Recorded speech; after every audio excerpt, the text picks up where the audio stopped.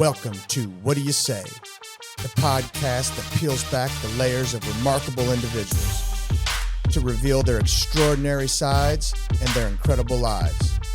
I'm your host, Frank Termini, and I'm absolutely thrilled to embark on this journey with you. The podcast name's What Do You Say, but that's not how it's said. How do you say it? We say. What do you say? We say. What do you say? We say. What do you say? You got it. We say. Hey. We've come to the conclusion. Both of our intros suck. Yours. Mine's probably. Say mine's hold worse. on. Yours is dog shit. Yeah, no, it's dog shit. And mine is horse shit. So mine is more shit than yours is. So mine's even worse. Right. It's really. It's just bad. It's just bad. I mean, so, You know, nobody likes to look at themselves on camera or hear their own voice, but fuck, it was terrible. it was just. Even my wife, who loves me, said it was just bad. You know, I know that my wife's just very, very nice and polite, and she's like, you know, there's a few things you could do differently. Said it And in a like really what, polite like- way. Yeah, Like, hey, babe, I love you, but No, and Gianna was just laughing the entire time. It was bad. it was bad. So we do. So you go ahead and you go do the main Yeah, so I'm gonna. Welcome to What Do You Say? My name's Andrew. My brother Frank's the host here, and thanks for tuning in. Please go out there and like and subscribe if you like what we're doing here, and leave us a review. write some comments. Write some comments. Tell us how bad we suck. Yeah. You know, comment on our intros. I want to know what everybody else thinks about how shitty our intros are. You know, that'll be entertaining for me. Right. Yeah. Yes. Just give us some constructive. So go back to the other episodes and just click on the first, it's a minute and a half long, and just tell us how bad we suck. Yeah, and go from there. And then we could get a little bit of constructive criticism, and then that's how we go. And don't be scared to be harsh. Fucking be It harsh. doesn't matter. You're not going to hurt our feelings. Yeah, I mean, as long as you comment, that's all that matters. just comment. Yeah, say some shit about it. All right. So today we got Jared Haferbier, a.k.a. Coach Half, right? We got public school educated, went to Liberty. Yep. 2010, that was when I graduated in 10, that was the last year that Liberty just had one school, and then North opened. In 11. Yep. Okay, then you go to Truman State. Well, originally out of high school, I went to Missouri State for my freshman year. My wife and I both went there. She only lasted a semester, got homesick, and she went back to Jewel for the second semester. I finished out and then transferred to Truman State after 1 year. Just Under Coach Nesbitt. Coach Nez, who just recently retired. So interesting story. Keep going. I'm just going to move Half's mic here so it can be a little bit more. Oh, there you go. Yeah, my bad.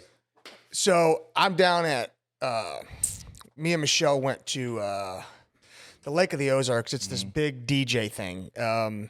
What's it called? Dog Days, down at Dog Days. Dog Days. What the hell's, it's the name of the bar down there. Yeah. Is it, gosh damn it. I blacked out a couple times at that bar, so I'm not really. But anyway, there's like a bunch of different DJs and shit. Well, there's this guy and his wife, and he comes up to me and Michelle and the wife, and they just start shooting the breeze with us. So what was Coach Nez? Super nice guy. Well, the fact that Coach Nez and Jackie were at some kind of a DJ type thing, that is hilarious, because that does not seem like his type of scene or setting. He wasn't uncomfortable by any means, but you could just see he got himself into something he didn't really know that he was getting into. That's awesome. So, but it was, I enjoyed chatting with him. He was super nice guy. I guess his son's the defensive coordinator. Yep. Now, And then hopefully by the time this podcast comes out, his son will be named the next head coach. yeah, I was hoping that would happen.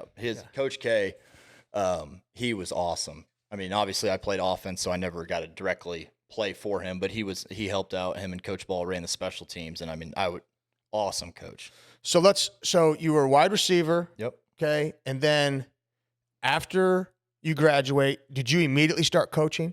Yeah, so I graduated in December of 14. I knew I wanted to coach. And at that time, I was currently in the way Truman State did it for getting your teaching degree is you had to stay there for an extra year and a half to get your master's. So if you went to Truman State to go be a teacher, you're leaving there with your certification and your master's in teaching. So I knew that I didn't want to stay there in GA.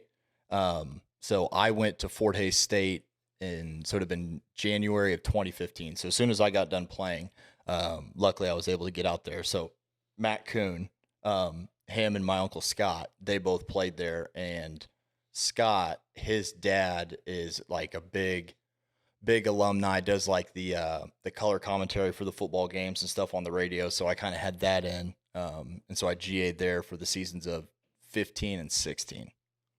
Okay. And so you 15 and 16. When did you start coaching at Liberty North? Liberty North season of 17 was at St. Joe Central. So I was just there for 1 year, and I started at North in 18. So, okay. So what was your job like? So now you're the OC. Okay. First year, you come in, break 8 records, you get to the I didn't break anything. right, but the kids broke them. Right. So, and then what was your responsibility at St. Joe Central and Liberty North? So at St. Joe Central, so Coach Ball, so during that time at St. Joe Central, Coach Ball was hired, and he's the one that hired me, and Coach Ball is now the head coach at Missouri S&T. Coach Ball was our defensive line coach at Truman State, and then went to Missouri Western, and then that whole staff got canned, and he took the head job at St. Joe Central, and I think it was either the third or fourth when he got hired, but the third or fourth head coach in consecutive years at St. Joe Central. So he hired me, and I was the offensive coordinator there.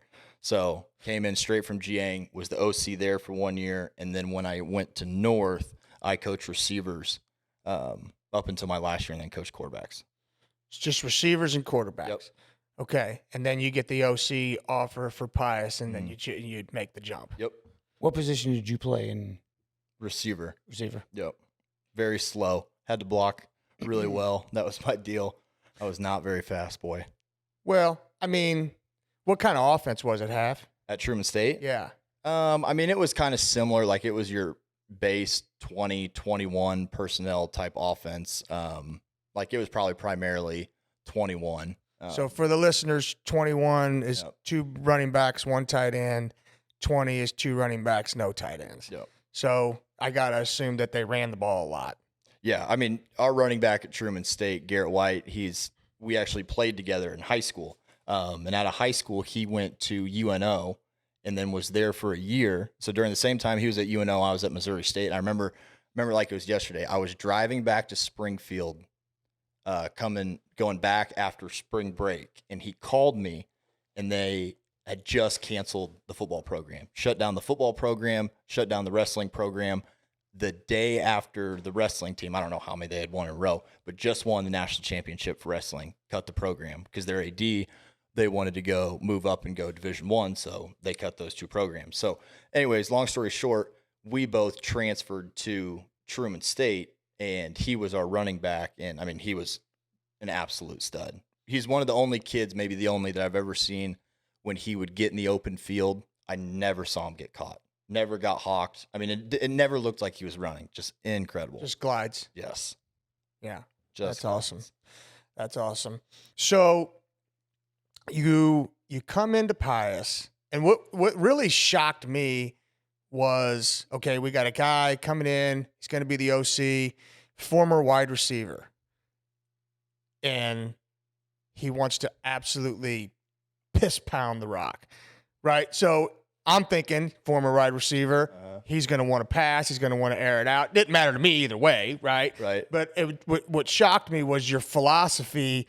And what I'm curious is, how, because as demanding it is to understand just your position at the college level, how you were able to understand run blocking versus, this front versus that front, zone scheme versus power scheme, Right.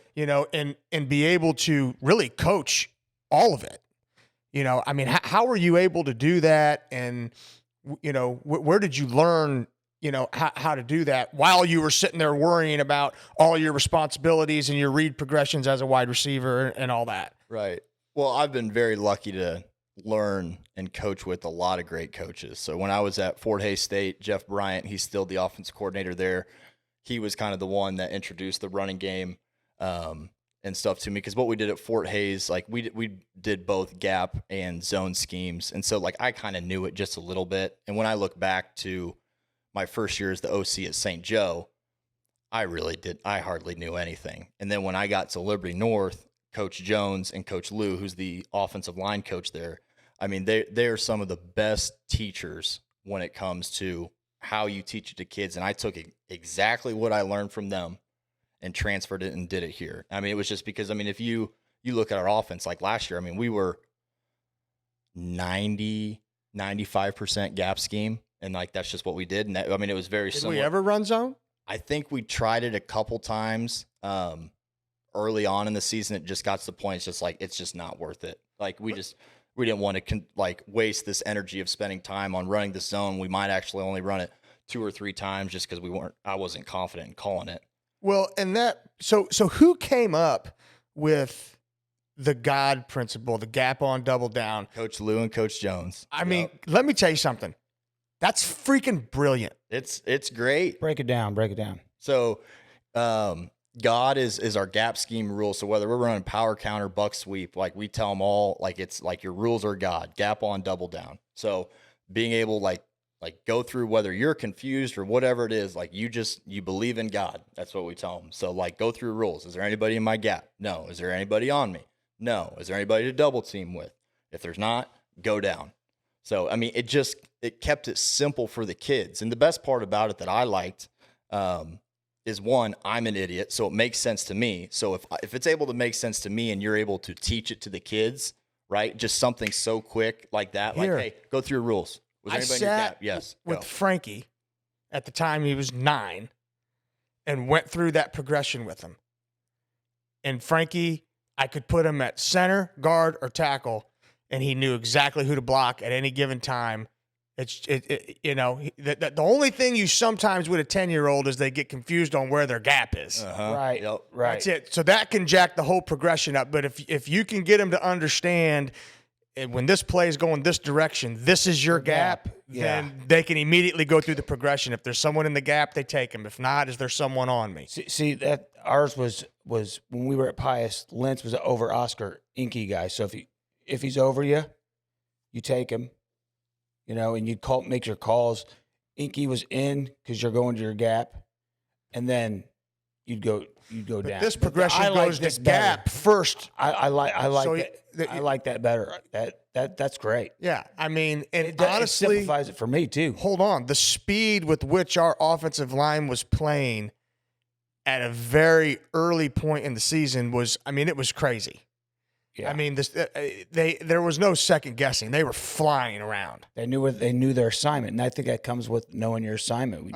You fly around as an offensive lineman when you get up and you can make your reads quick, and that does make it. That mnemonic just makes it so much easier to make your reads quick. Yeah, because that was like going back to Coach Nez. I remember one of the things that I learned from him was no matter what position you are, like you've got your 4 A's, your alignment, assignment, adjustment, so you can play aggressive, right? Because then I remember one time our Coach Kearney, who is our receivers coach, like he pulled me into his office. I had a bad couple of practices. I can't remember exactly, but he goes, Hafe, when you know what you're doing and you're playing fast, you're pretty good.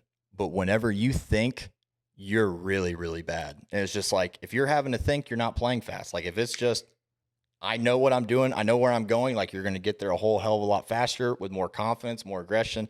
But if you have to think, you're slow, and the hesitant you know what? There's run over. So That's really so. I remember when I used to train jiu-jitsu, I would always listen to a guy named Salo Ribeiro. He was a world champion, and he would always say, if you think you're late, if you're late, you got to use muscle energy. If you got to use muscle, you're going to fatigue, and when you fatigue, you're dead.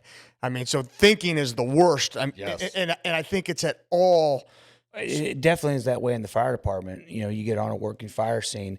If you have to, you shouldn't be running into a burning building without going through your progressions, so to speak. And so if you think and you sit there, you'll freeze. You won't even get inside. You won't be able to assist. Your body's got to just start reacting. You got to get to, and I think it's reps and then easy ways to remember your assignments. Yep.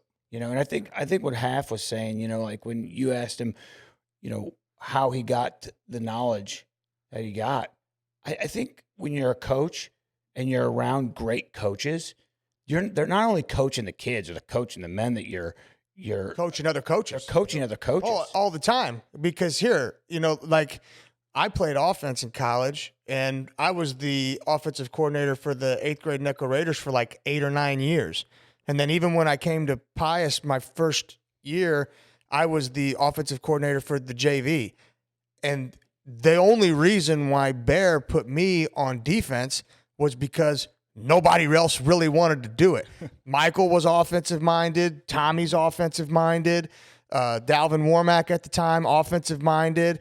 The only other person he had on the defense was James, and I was like, well, here, I'll do it. Knew nothing about it.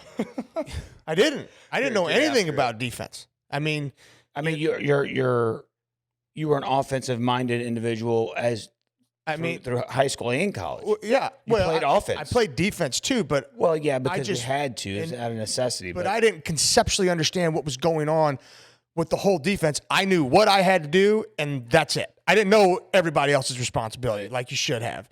I knew what do I have to do on this play, and that was where it stopped. You also knew how to read your offensive linemen. So I would even lean you even more towards the offensive side. But it was kind of shocking to me to see you step into a defensive role. And you know what? I would never go back. I love it. Defense is the best. It's the best. Communist. Yeah, but here, so you can also look at it as you start to learn more and more. Like, okay, when we're running this scheme, what would I hate to see? Right. Yep. You know what I mean? Where's my vulnerabilities? You know what I'm saying? And how can we overcome that from the defensive side of it? Like where are we? Because in every defense, just like when the Niners ran cover 0, you have vulnerabilities. Yeah, you're protecting against, the pass, but Pat Mahomes is Pat Mahomes. And when we win, he runs. Mm-hmm. That's just, when they have that third dimension of not Pachenko or not a receiving core, that third element of Pat running, which nobody expects because he didn't do it all season, because he was, any quarterback's going to protect themselves as long as they can. They don't want to take those hits.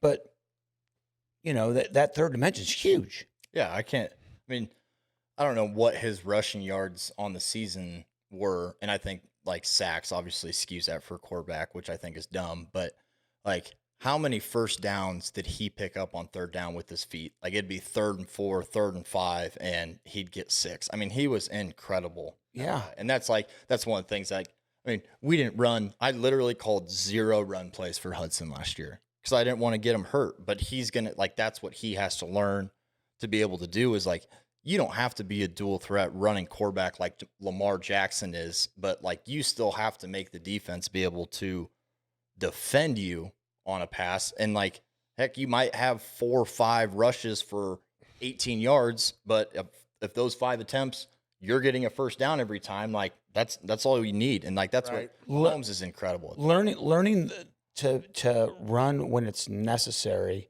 and shaping that threat. You'll see Pat Mahomes. Everybody knows he can pass.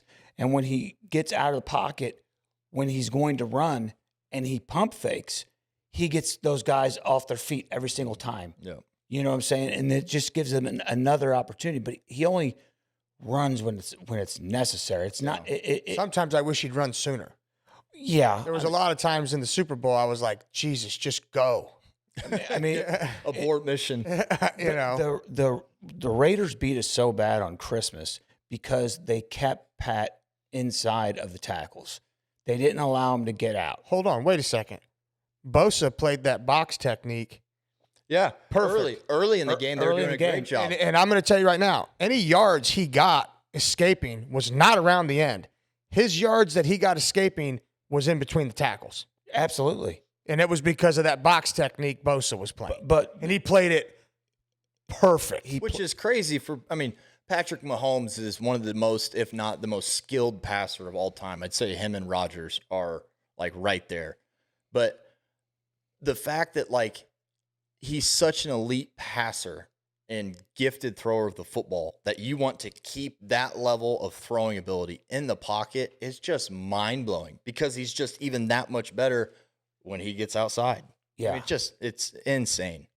And it is a great job of recreating the pocket when he's, he'll step up, move out, those guys are behind him, and you just over and over he makes those fucking mind-blowing moves. Yeah, that dad bod's deceiving. I mean, Hold on, though. There was people, making comments about, his body habitus. But the reason why that guy can do what he can do with his body is because he doesn't have a lot of tone. Because if he did, that hip and shoulder separation that he has when he's throwing the ball and his hips are facing one way and his upper body, he would never be able to do that. If he had all kinds of muscle mass restricting him. Yeah, you're just yoked out of your mind. You can't do it. Your body's not going to move that way. That's like if you look at those heavyweight fighters, like you look at Muhammad Ali. Those guys don't have a shitload of muscle mass. You can't fight 15 rounds at 220 pounds with nothing but lean mass. It's just too much fuel. I'm with you. It's flexibility too. Well, that's like did you guys see that video of, I don't remember what playoff game it was. Maybe it was the Bills.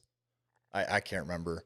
When Mahomes got sacked and he got bent over backwards and he was in that super awkward position, and it was like, oh my gosh, like you see other people, like that happens to other people, and you're like, they have some kind of tweak or they tear something or whatever, and they put it side by, or I think his trainer's the one that posted it, that they work on that specific movement of like with the flexibility and putting his body in different positions. And I mean, it was like a side-by-side spitting image, them working on this kind of movement, and then that exact movement happens when he gets tackled, and there's no injury. Everything that we do at Pius is a stem of two guys, Gary Gray and Dave DeBuro.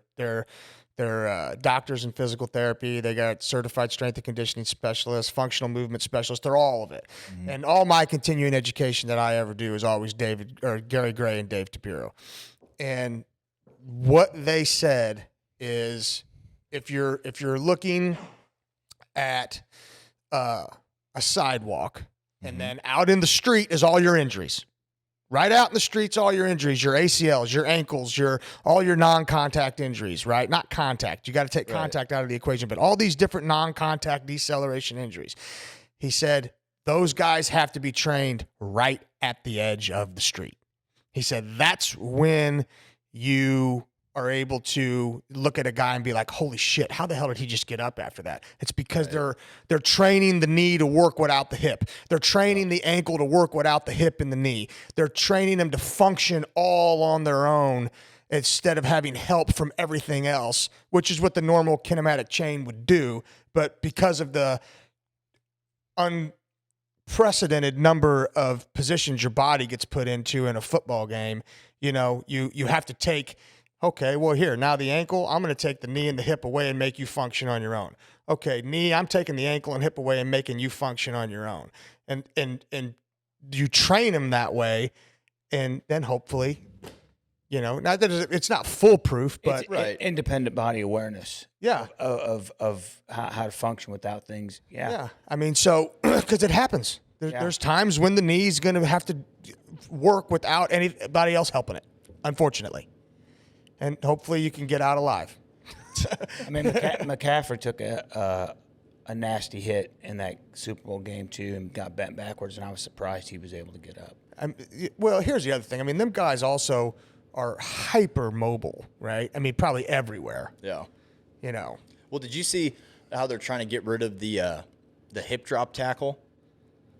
So like when running backs running and a defender is coming from the side or slightly behind, and instead of like, they're not able to like, I guess necessarily clear the hip and drive through, that they tackle, and instead of like them going forward and tackling through the player, they tackle and almost like they drop their butt. And so what's happening is it's because they're going that way, and so they drop them, and then it's pretty much like their knee. Right. So kind of like the same thing when they did the horse collar, right? Which makes sense. But at the same time, it's like, how, like, it's got to be so hard to play defensive position in the NFL. You can't put your body weight on the quarterback. I'm literally trying to provide for my family by sacking this quarterback.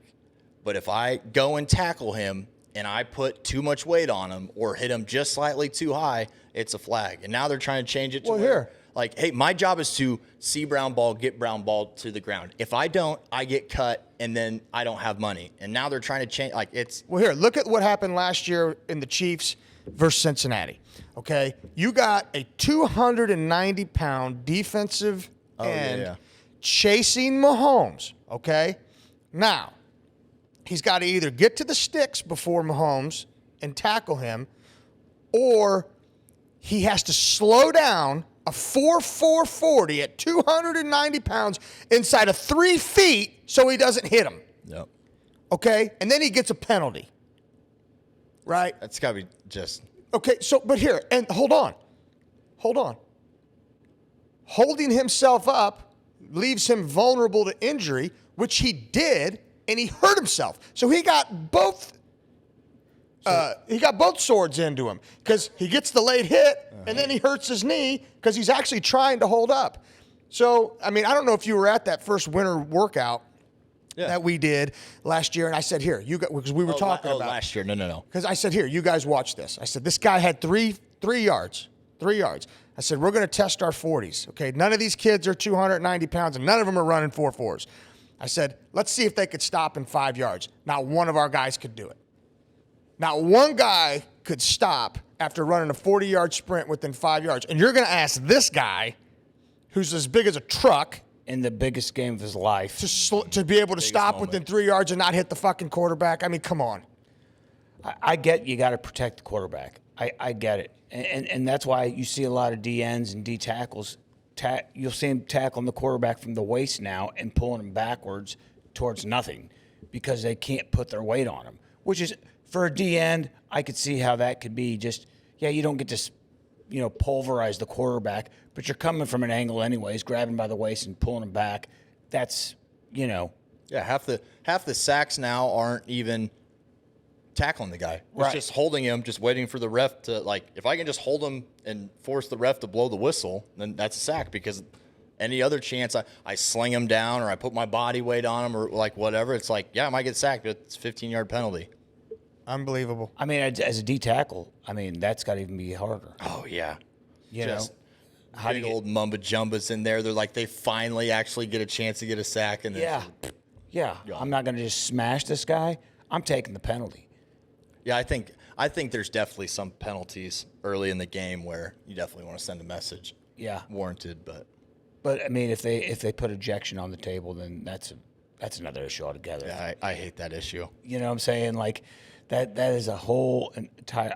If we're talking NFL football, I feel like the referees it should be like NBA. You should be able to review some of the stupid pass interferences that they call or that they miss. That should be a challengeable play, because there's so many pass interferences that affect the outcome of the game. So many, and I think that call against Tony, again, I think that was a stupid call. They called it once all year, and they called it once in 2022. I mean, come on. They erased one of the best plays of all time. That was a brilliant, I mean, come on. And hold on. You've been holding that one in. Gosh damn. Wait a second. He had a bet that he was going to make. He couldn't find it if somebody other than a quarterback threw a touchdown pass. Oh, my God. I was so I had it saved. Like, I'm not a big gambler. My wife gets mad at me when I do, but she, like, the Super Bowl is like the one time, and I'm not, like, maybe $100, $200 on the Super Bowl on different stuff. Anyways, so I'm going through Super Bowl week. Like, I'm on the app, and I'm looking like, okay, I like this one, and I still have the screenshot on my phone. There was 3 bets that I wanted to when I went over to Kansas to make. One was Travis Kelce anytime touchdown within the first 10 minutes of the game. The other one was one that I did last year, but Butker doinked it before half, or it would have hit, where it was each team to score a touchdown and a field goal in each half, which was like plus 2,600. I was like, it has to hit. No, it hasn't hit since I bet it. And then the other one was any non-quarterback to throw a touchdown pass.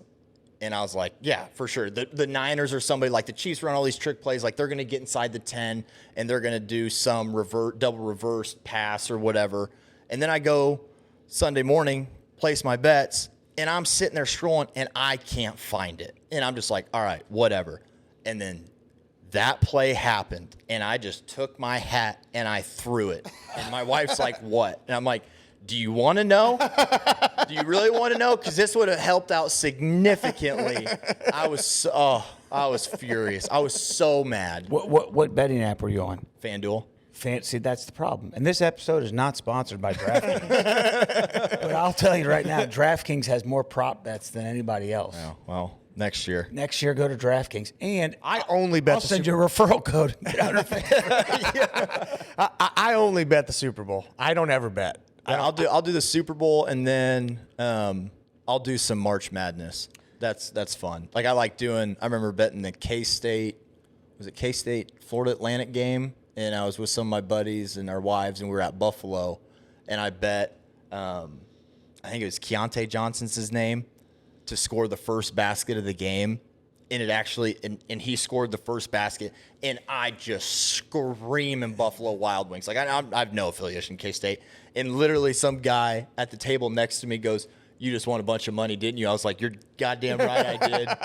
Oh, it was awesome. I never win. I bet every single night. Do you really? Every single You? Absolutely. You have a problem. I love it.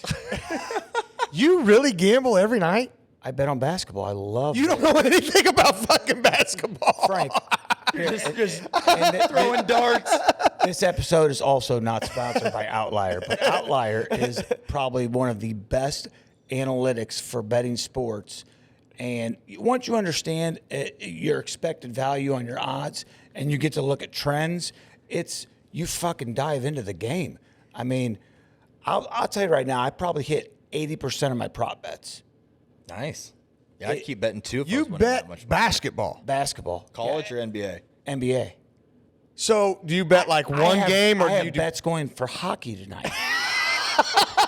I have no idea where this team is or who's the goalie or the head coach, But I could tell you, the probability of if he will score a goal or get an assist, and that's all that matters. So you bet prop bets. You're not betting the team to win. No. I'm not betting a team to win or lose. That's That's smart. You bet the stupid jerk off bets. No, Frank, because think of the analytics that you can see on a player versus what you could see on an entire team.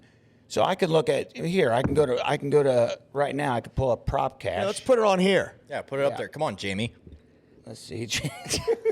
This fucking thing here. So do you? Oh, pull it closer. Yeah. So are you doing individual or do you parlay or? So let's see here. No, I'll usually make one parlay and then I'll usually do like 6 or 7 prop bets. So if I go to the Orlando-Cleveland game and I'm looking at a guy's rebounds, points, and assists. I hope See It Sony's listening to this. Oh, Okay, and then 100%. I can now look at the probability of Evan Mobley, getting his rebound points and assists at his average here is. Oh, there we go. All right, so I can look at his probability. He's 64% on the year. In the last 10, he's 50%. I don't like that bet. I don't like over or under. It's 50%. It's just it's for me. It's not a good bet. I want somebody who's got a probability. Let's go with under. Okay, Caleb Houston. He's 23% in 2023. And you have no idea who this guy is. 0% of the time he's let's see here. In the last 10, 0%. In the last 5, 0%. He's hit his number. Last 20, he's 30%. And then go down to his minutes. See how many minutes he's playing. Well, last game he played, he hits his minute rate 23% of the time. He only plays 14 minutes. So do I like it? Yeah, I like the percentages of it. I'm not betting the player. I'm betting the percentages that they're going to hit. And DraftKings offers it to you, and you just got to find good value in your picks. He's working real hard for get you guys a sponsorship. Well, no, I mean, it's easy to make $500 a week. You make $500 a week? Yeah, Are you kidding me? minimum. I hope my wife's listening to this. Can I be your partner? I just want to give you money and you do all that. I don't want to do any of that. Just give him, hey, here's $100 a week. You're going to play stocks, but with him. Here you go. Yeah, it's you just drive on down to Fairfax. No, I'm not doing any of that. No, that's what I do. I drive to Fairfax. I have to be in Kansas to make the bets. Unbelievable. Isn't that dumb? Smoke weed in Missouri, bet in Kansas. Right. You get stoned in Missouri and you go over to Kansas and lose all your money. But anyways, 500 a week's big. Yeah, I mean, It's a big deal. It's Pays your mortgage. playing around. I mean, at the end, so people who handicap, they don't count in how much they make. They count in units. What's your normal unit bet? So a unit for me might be $25. A unit for somebody else might be $100. And I've always wondered. I'm glad I never knew what that meant when they're like, yeah, I'm up 12 units. Like, what the hell is that? yeah. So if a unit to them is $500, then they're up $6,000. So a unit to me is, I usually go in $25 units because I don't want to. How do you win $500, bet $25 at a time? Well, I might bet 2 units. For me, if I'm saying 2 units on a game, that's $50. Depending on what You got to win 10 games. I'm betting 6 guys. Yeah, he's doing a bunch of different. Oh, bets. okay. Yeah, I'm betting 6 or 7 guys, And you're getting odds on them. and I'm getting odds on them. So you got to look at your expected value, knowing what negative 215 versus. So say they're negative 215 in the over and minus 140 in the under. That's about a 59% chance that the bookmakers are saying this guy's going to fucking hit. So I'm probably not going to put my money on that bet because I don't like the expected value of the odds of it and the payout. But I might circle back and say, you know what, I'll take that negative 215 at 59% and put them in a parlay, and I'll take 3 of those guys and then I'll get plus 300, and I'll bet 4 units, which is $100, which pays 400 back. So it's just I'm just looking at probabilities. I don't even watch the games. That's about to say. Do you just wake up the next morning and see? I just wake up the next morning and see if I won or not.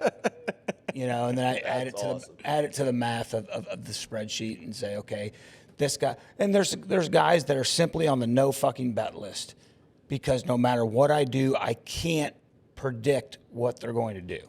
They're like Steph Curry, won't bet on him. Great basketball player. I had him to hit 5.5 threes the other night. The previous, he's 70% hitting over 5. The previous game, in the first quarter, he hit 9 fucking threes. I'm like, this guy, he's playing the number 28th team. Yeah, he's going to get 5.5. But you got to think about, is he off of a back-to-back game? NBA players seem to take days off. I mean, it's just the nature of the NBA. So you don't know if a guy's really coming to play or not until after the All-Star game. Never played basketball haven't played basketball since 7th grade. That's awesome. But there's games on every single night, so that's a lot of action. Makes sense. Well, I want to talk about this. Because I'm looking at this. We're going to go dark, half. Ooh. Dark arts. Well, I mean, and at the end of the day, it's not necessarily dark for this podcast. It's pretty much kind of par for the course. It just sometimes ends up just happening. But you were asked the most significant challenges you encountered in your journey. Mm-hmm. And one of them was an opiate addiction. Yep. So, which Andrew can relate to. I can relate to that. Andrew can definitely relate to that. So, that was never my drug of choice, really, but, and you've heard my story. Yeah. But, so tell me, was there an injury that happened? Was there, because I remember like when I tore my ACL, okay? I tore it my freshman year in college. And I was taking a shitload of pain pills. Right. I mean, I was in a lot of pain. And that was like, now they got the little scope. I got zippers up and down my knee. This was, that's, and I was in a lot of pain. And, for whatever reason, once the pain stopped, I didn't even think about the pain pills anymore, But I know that this happens. And I remember, even times like we'd get done with a game and on the bus, someone says, hey, who's got some hydro, right? Who's got this? Yep. Who's got that, And you would take it and it was just, I just never grabbed a hold of me, I guess. Right. So how did this start for you? What happened? So I remember exactly like it was yesterday. So it was my freshman year at Missouri State. And like in high school, like I drank, I smoked a couple times. That really wasn't I didn't really ever do that. And like, I felt like I was like, with that whole world of like all like prescription drugs and all that stuff, like I knew nothing about it in high school. I had no idea, right? I've never broken a bone, anything like that, to where I like ever was introduced to it. But there was one day, it was during fall practice at Missouri State. I'm at my locker and I'm just sitting there and I'm just like, gosh dang, like my back hurt. Like something happened at practice and I was just sitting there and I just kind of made a comment out loud, and like there was another redshirt receiver who was right across, like locker buddies, like right across from me, who didn't practice at all because he had surgery before camp had started. I don't know if it was like a shoulder or something like that. So like he was pretty much like out the entire year. Anyways, so I remember making that comment, and I think I was like, hey, does anybody have any like ibuprofen or just something like that? And he's like, no, but here, he goes, I've got this, which is the same thing, but it's stronger and it'll help you out. And I was just like, okay. Like, so you don't even know what it is. Really? He told me like what it was. I think it was an Oxy 5, or like, I remember like it was a little white pill with the slit down the middle. And he goes, it's like the same thing. It's just more powerful. And I was just like, okay. Like I didn't think anything of it. And he was like, well, go eat at the dining hall when you get back, like then take it because you need to have food. And I was just like, all right, like whatever. Like I had like no idea. And I think he gave me 2 of them. I took 2 of them, and I just remember sitting in my dorm room and watching, gosh dang, what's that show? Where the guys, with Drew Carey, where he would tell them whose line is it anyways? Okay. Watching whose line is it anyways. And I remember just like sitting on the couch and just like melting in the couch. And I was like, I feel phenomenal. Like this is incredible. And so that moment I was hooked. Now, hold on, immediately. Like looking back, I knew that was the moment that I became hooked, right? But even from that day when I got those, I remember like a week or 2 later, I was like, hey, like, we're not going out tonight. I was like, dude, I felt great sitting on the couch. And I asked him, I was like, hey, do you have like another one? And I remember he gave me like one more, but from then that point, so that was like, I don't know, in the fall of 2010, I didn't take another one or take anything, whether it was hydro, oxy, whatever it was, until the following fall when I got to Truman State. And then when I got to Truman State, that's when it became really bad. So you take 2, another week later you take 1, and then you don't touch it for a year. Don't touch it. Don't think about it. Nothing. And then you go to Truman State, and what happens? So go to Truman State, and I was living, my roommate, who also was on the football team, like I remember we would always watch South Park every night, not that it matters, but anyways, and I remember he just had like a bottle sitting there, and I was just like, what do you got there? And he's just like, he had surgery before, and he was like, oh, those are the hydros. I was like, oh, I remember those. I was like, let's take some. And so I took some then, and then I was like, well, these are freaking awesome. And then that fall, like I did it like a little bit more, like if I knew whether it was from him, and there was another receiver that was at Truman State that I knew, like I just remember hearing him saying that he had did them or whatever. And so I had got some from him. And then the following year, so like I kind of dabbled here and there my first year there with them. And then the next year, my parents, it just like shit hit the fan with my parents. And like that just became something that like that was my drug of choice. Like that's how I healed. So wait a second. You're at this point, you're still just kind of hit and miss using. You're not using every day. No. Not even close. But then it got to the point where I found out that I had access because I had a buddy who like he would literally get from, I don't know if it was a stepdad or whatever, he would get an entire bottle of 60 30 milligram Percocets, these little blue pills. The Roxset. Yeah, they just would rock you out of your mind. Yeah. And that's when I had access to them all the time. And then that just became like, and there's no time release on those things. They hit. They hit you. Okay, so wait a second. Which grabs you even harder. So wait a second, because there's obviously some type of an X factor here. You said shit hit the fan with your parents. Yeah. Elaborate. What happened? So I'm going to go a couple years fast forward before I go back. So my parents got divorced. It would have been the summer of 2015 is when they got divorced. But 2012, 2013, when I was at Truman State, like that's when like I was literally being pulled both ways by my family, and it's unfair for a kid to be in that situation. But just like, I mean, it's a long story. But anyway, so like that was something that I was constantly dealing with, and it was so much more than just my parents, that it was like my grandparents. Like, I mean, because like I'm from like central Iowa, so that's where both my parents, all their families from. Now, obviously, like we got Matt, and there's some other people that are down here, but they're both located in the same town. So whenever growing up that we would go up to visit, right? Like, I mean, I understand how it could be like hard. Like you'd go up to visit, and so it's like you're only up there for a weekend, but it's like you're trying to see your mom's side of the family and your dad's, and then it just turned into like, okay, like we go up there, we're gonna hang out with moms, and then like on the like when we're getting ready to leave, we might go see my dad's, or like vice versa, right? And then so it got to the point like we'd go up to Iowa.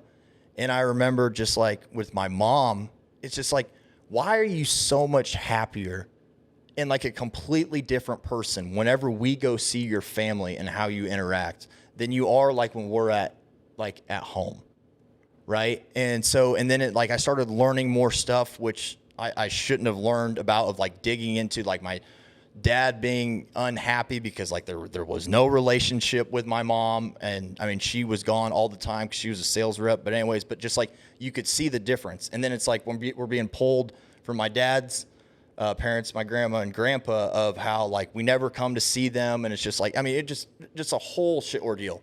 So I remember during that time when I'm learning all this, literally trying to do my best to like piece everything together and hold the family together. Right? Which isn't your job. 100% not my job. No, absolutely it's not. Their job. And how old are you? Like 22, 23? Yeah, 21 at that time. Which so is, 2012, which is yeah. Fucking baby. Extremely hard for... You're still a baby. A 21-year-old to decipher where they fit in the world and have, you know, family issues going on. Yeah, so, and it was at that time that, like, my release was taking opiates, was taking Oxy primarily, right? And so, I mean, that's just what I correlate everything to. But like, I know like my grandpa has had struggled with alcohol addiction. I've got a cousin that, I mean, hell, she was in rehab for months, and then she was born, I think whenever she was born, she had to like stay on, I don't know if it was like a small dose of like heroin or whatever it was, because I mean the mom was using so hard while she was pregnant. Yes. And so anyway, so like methadone or something. Yeah, so like it's in my family, so it makes sense why I've got that wolf in me. But yeah, so anyway, so all that stuff's going on, and then I mean just the biggest factor is I had such easy access to it, and it got to the point where it was like I was doing it every day, and I mean the crashes and withdrawals from opiates is the worst. And it got to the point where, I mean, you would do anything and everything you could to try and find some. Oh, a dude breaks his arm on the football team, instantly, when are you having surgery? I was telling Michelle, Frank's wife, earlier, I was like, if fentanyl was around, when I was using, there's no way I'd be here today. You know, it's just another level. But yeah, I mean, opiates make you do shit that you normally wouldn't do. It's completely out of character. You know what I'm saying? So how bad did your habit get? How many milligrams were you taking a day at one point? I was probably taking anywhere from 40 to 100 milligrams. For how long? Probably a solid. I mean, and it wasn't every single day because, like, you know, like if it's dry, like you're not getting any. But like if like I had someone had access to it, like I was probably a solid 2-3 years. Okay, so then when you didn't have them, would you withdraw? Oh yeah, big time. So tell me what that's like. Tell me what are we dealing with? What are your symptoms? So mine was just like, I mean, just the absolute crash. And for me, I would have really bad like depression. Yeah. I didn't want to do anything. Like nothing at all. Like, and just thinking like, you're a piece of shit. Like you're just sitting, like you're wasting like what's God given you and putting like, and again, I'm playing college football, right? So you're still playing football. 100%. Yeah. So how are you getting motivated to go play football while under the influence of opiates? I mean, You mean like playing football while on them? yeah. So like I normally wouldn't I wouldn't take them before I would go to practice or like during the day. Like it would be the nightcap or like after practice. Got it. Right. So like, I mean the NFL, they talk about it all the time, like how they used to just pass out hydro like it was Skittles. And now all the players are just like, okay, they're just smoking weed, right? For their body. Now I'm not saying that because like I played defensive line or O-line and I was so banged up that my body just hurt and I needed something. Like I played receiver. I mean, let's be honest, right? And I didn't have any super bad injuries, but that was my way. But I mean, your body takes a toll, and that was my way of just at night. Like, I mean, literally my favorite thing to do, I would go to practice, come home, eat, pop the perks, and play NCAA football 2014. And there was nothing else that I looked forward to more than doing that. I loved every second of it. Like when I would take them, I wasn't taking them and just laying on the couch, if that makes sense. Right. Like it made me, for whatever reason, it made me want to be active. It made me want to do stuff. And I get like playing video games, you're still sitting, but like I would do dynasty modes and just stay up all night and like create and recruit. And just like, I loved, like, for whatever reason, it just gave me like an energy spark and motivation. I can't sleep when I take them. If I have to take them, I can't sleep. It makes sitting around doing nothing fun, because you're not thinking about whether you're doing nothing, or it gives you the energy, almost like Right. a ADD medication that makes you dive into your interest at the time, and which football is obviously, you know, a massive part of your life. Even playing a video game, it can make you just dive into that. So at what point do you realize I can't say no, and I can't stop doing this? Would have been 2018, the fall, so my first fall when I was at Liberty North, when my dad, and it wasn't me reaching out. It became so obvious that something was going on with me that I remember my dad and I went to Grinders, and he was just like, I'm glad that you asked that you wanted to come have dinner, because he goes, if you hadn't reached out, I was going to come over and we were going to sit down and talk, because he knew. He knew something was wrong. And he was aware, because like there was one winter at Truman State when you go home for Christmas break that I literally gave a guy a check for $800, because like, again, like, I mean, you're in college, like I don't have any money, like I'm not working, right? So it's like really whatever I get, whether it's from my parents or like your semester stipend or whatever, like, I mean, use it for groceries, but like whenever that would run out, like I didn't have any income to be able to pay for them. And I remember giving this kid, hey, here's an $800 check. to get me as many as I can get, and I'm going to go home over Christmas break, and I'm working for my dad, and that's all that money's going to go back to you. And so my dad was aware during that time of like that I was struggling with it, and Abby, my wife, knew about it or whatever. So that happened, and then in 2018, that's when like it really got bad again. Of like he sat down and just like, okay, we've got to do something. So, but like I never went to like rehab or the 12-step program or anything like that. Like I talked to a counselor, therapist, whatever the hell you want to call her. Talked to her for a while. That helped. I did. So how did you dry yourself out? I just family friend. Like, I mean, just, I pretty much went through the withdrawals and just like, I can't, like, I'm going to like, here, Abby, you take all access to the bank account. Like there's no, you know what I mean? Because like, were you married already at this point? 2018. Yeah. So you were already married? Yes. Did you have Baylor? Nope. So it was just us two. So, I mean, and at that time, it was just like, okay, like you're coming up with, I mean, I don't know if you were ever like this, but like coming up with any and every kind of reason to be like, hey, I need $40. Oh, yeah. You know what I mean? And so, and it got to the point where it just was so exhausting of the lies that you were living, not even talking about the actual drug intake of hiding that, but the secret life that you're living to just be able to put yourself in the position to get your fix. It occupies your thinking. It's all I would think about. Like that's it. So you come clean to your dad. Yep. You come clean to your wife. Yep. And then you just basically stay home and just withdraw till it goes away? Yeah, I mean, I just went through withdrawals, and it was just like I pretty much just cut off the head of the snake of the people that I had like access to, of like who I knew, like where I would go to get them, and then took away the resource of being able to get them like with the money.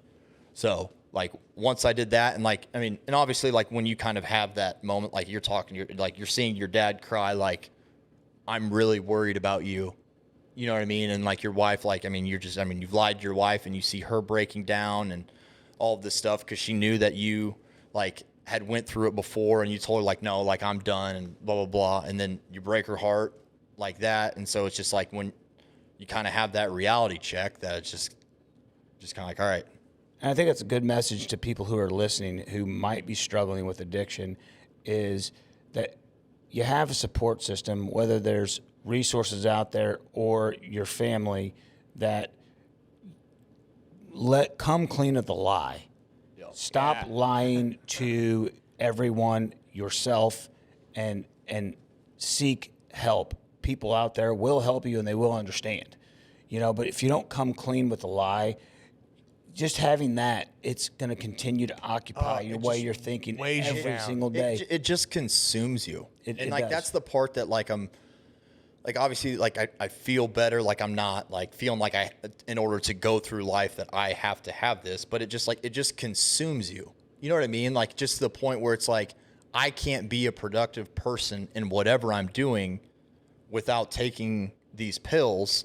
And so it's just like it's just like, okay, you can do it. And it's just like everybody has their skeletons in the closet, and mine just happens to be that I took 2 5-milligram oxys or Percocet or whatever the hell you want to call them my freshman year at Missouri State, and I found out years later that was my struggle in life.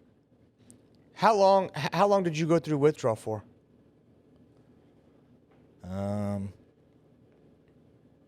I don't know, couple days. That's it?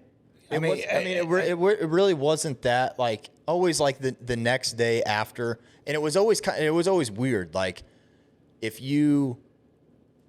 I knew I took some and then everything was dry, like I knew there was no getting any, maybe not the next day or the day after, that next day of withdrawals would be way worse, because there's quote unquote, there's not a light at the end of the tunnel of like, oh, I just got to get to Friday and then I'll be able to get more. You know what I'm saying? Yeah. And I think withdrawal is related to the quantity in which you take, yeah, and the route of administration. How long did it take you?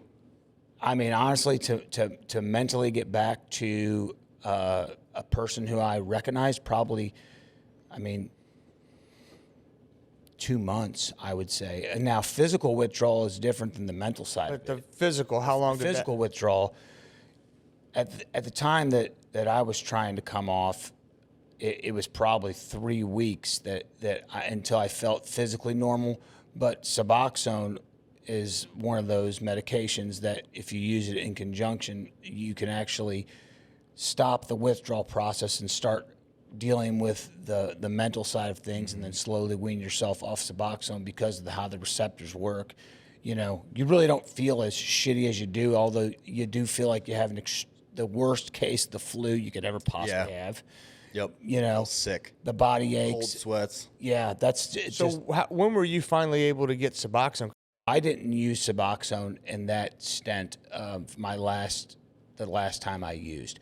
It was therapy and just going through the physical withdrawal myself. I didn't have anything else that I was taking to kind of remove that. But I think where I was at, therapy was probably the rehab, was probably the understanding why I was making the decisions that I was making and how I was using that as a coping mechanism just to deal with life in general. Yep, coping. You know, it understanding that was huge, you know, and then once I got out of the physical withdrawals, I could start working on the things I was doing day in, day out and the reasons why I was using it. And then I could start finding those cues to say, okay, this was normally a place and a reason why I was using.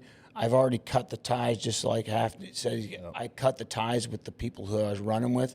So now I know I'm not going to put myself in this situation. And if I do put myself in this situation, I have to understand that I have to have another alternative for, you know, being in this situation. Now, I mean, situations like sitting at home by myself. If that was a trigger for me in front of the TV with the game controller, then I would know, hey, I'm not going to pick up that controller. If I'm going to sit at home, I'm going to find something else to read, you know, and navigating just life in general, because it comes to a point where you're running from being sick.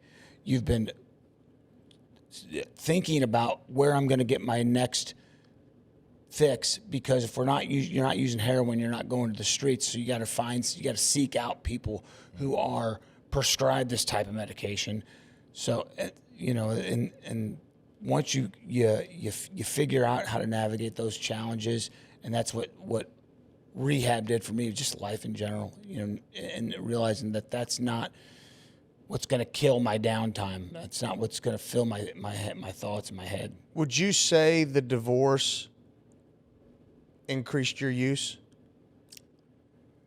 Yeah, but at that time I was at Fort Hays and I was GAing. So like, I mean, that time, I mean, it was just different place. So it was just harder to get, like when you're a coach, you know what I mean? But yeah, whether it was drinking more and I didn't drink a whole lot, or, I'm just trying to think if that might have been the X factor or the thing that just made you say, you know, screw it. You know, I wouldn't necessarily say that was the X factor. I wouldn't say that, because I was already so far, like teeth were already sunk into me so far at that point. Basically, it was just, hey, I tried this and really liked it. Yeah, 100%. Yeah. Like that was, I mean, I learned, like, I'm an addict, and I think just kind of like what you were saying is like I had to figure out a new addiction, right? And so it's like I consistently like think back to like how I got the opportunity to even go to Truman State was being addicted to football and working out. Like I was like, I'm not a good athlete. Like I said, I was slow, but I worked my ass off.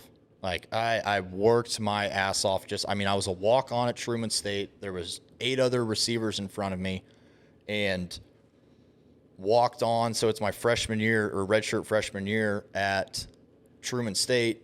First game of the year, we're playing Northwest Missouri State. I'm just trying to get on something. Like whether it's the special teams, just get on the field. And I remember that day, I was on the front line of kickoff returned. I never physically got my ass kicked like I did that game. We lost 63-3. So there was a lot of kickoff returns, right? You know what I mean? But that game, the very next day, like I remember Nez came in and he made a comment about like, yeah, I got my ass kicked, but I was fighting like hell. So I started that season, walk on, no money, 8 receivers in front of me, only on kickoff return, to ending up being the starting receiver the last 2 games of my redshirt freshman year, and then starting the rest of my career. So like I kind of had to go back and just like, okay, who am I? Just like refocus of just like, okay, I just got to dig back in and just like focus on like doing what I need to do of like what got me even in the position to be here playing football. And that's just being addicted to being the best football player I could be. Let's talk. So here's you said something else in here that I don't even remember what I said. that kind of caught my attention, and I'm just curious about this. And it's around the divorce, because it seems like you just decided part of your family, they're not good for me. I don't have a relationship with my mom. So talk to me. Talk to me about that. How many siblings do you have? I have a younger sister. She's 5 years younger than me. So so you're what, 30? Just turned 32. Okay, so she's just 27. Yeah, 27. So, yeah, so when the divorce happened, and it's crazy because growing up, I was a mama's boy, like through and through. And then in high school, like every teenage boy, like I had my riffs with my dad. I thought I knew it all. I was a dick to him, blah, blah, blah. And then as I got towards the end of high school, kind of when football became, not saying my dad and I had a better relationship because I was good at football. I'm not saying that. We just got closer towards the end of high school and got real close as I was in college. So then, like, through him and seeing his suffering of my parents' marriage, that's when I had a really hard time with my mom. And then once the split happened, like, they didn't ask us to take sides by any means, and I was still going back and forth. But the reason for their divorce, and then just kind of as you grow up, you kind of just put pieces together. It just like it, and other events happen. Like my mom didn't come to Baylor's first birthday party. Like she made up some complete bullshit lie. And so from that moment, I said, like, I'm done.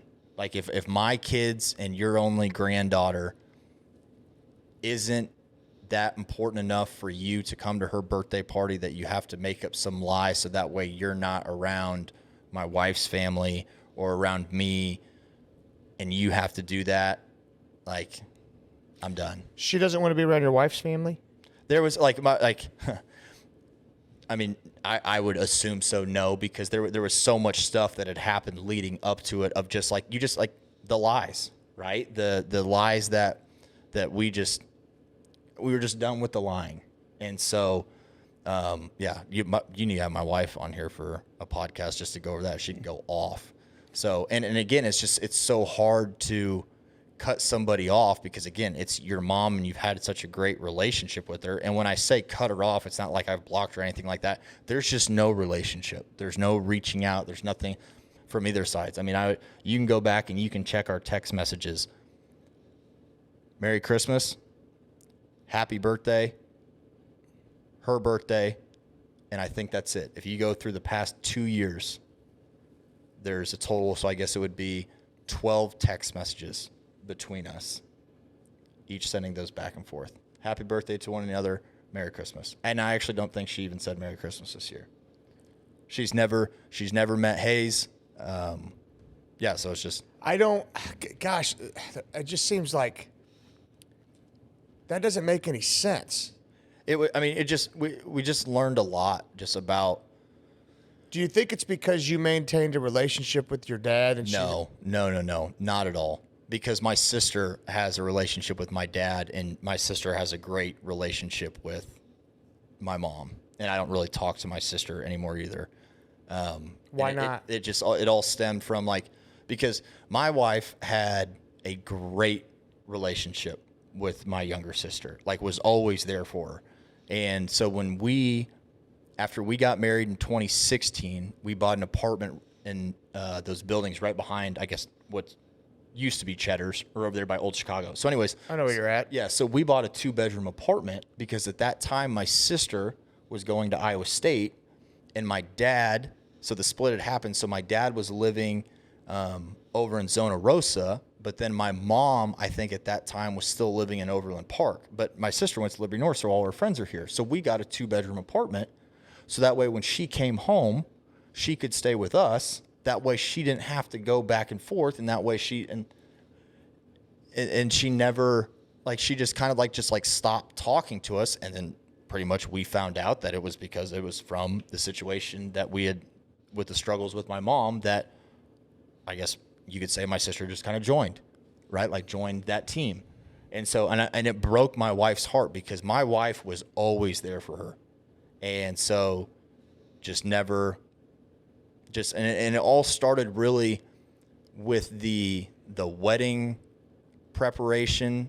Like, and it was just like, cause Abby was pretty much the one that was dealing with my mom. And it just a lot of things stemmed from that, like from my mom. And then like, and I remember this, like so the split had happened that summer of 2015. I'm GAing at Fort Hays at her apartment in Overland Park, which I later found out she'd already had an apartment for months before my parents told us that.